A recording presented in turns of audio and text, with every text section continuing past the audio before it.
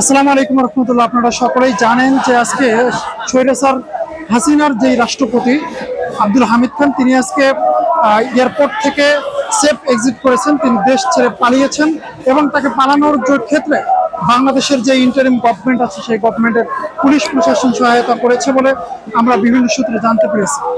তারাই জের ধরে গণহত্যাকারী স্বৈরাচার আওয়ামী লীগকে নিষিদ্ধের দাবিতে আজকে রাজপথে নেমেছে ছাত্র জনতা।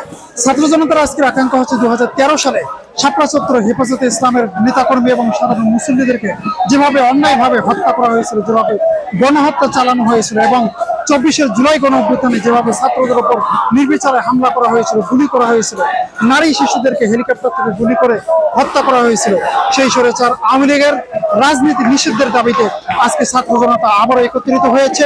আজকে আবারও রাজপথে নেমেছে। রাষ্ট্রীয় অতিথি ভবন যমুনের সামনে আজকে ছাত্ররা আন্দোলনে নেমেছে। আপনারা এখানে দেখতে পাচ্ছেন যে ছাত্ররা, যুবকরা, মাদ্রাসার স্টুডেন্টরা, আলেম ওলামারা সবাই একসঙ্গে আজকে এই আন্দোলনে নেমেছে।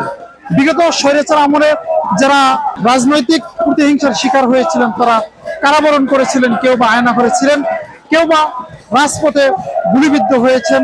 বিভিন্নভাবে আওয়ামী লীগ সরকারের আমলে যারা নির্যাতিত হয়েছেন তারাও কিন্তু আজকে রাজপথে নেমে এসেছেন আওয়ামী লীগ নিষিদ্ধের দাবিতে। আওয়ামী লীগ নিষিদ্ধের দাবিতে রাজপথে নেমে এসেছিলেন জুলাইয়ের সেই সব সহযোদ্ধা, সেই সব বীর যোদ্ধারা যারা জুলাইয়ে নিজের কাঁধে কাঁধ মিলিয়ে আন্দোলনে নেমেছিল, তারাও কিন্তু আজকে রাজপথে নেমে এসেছে।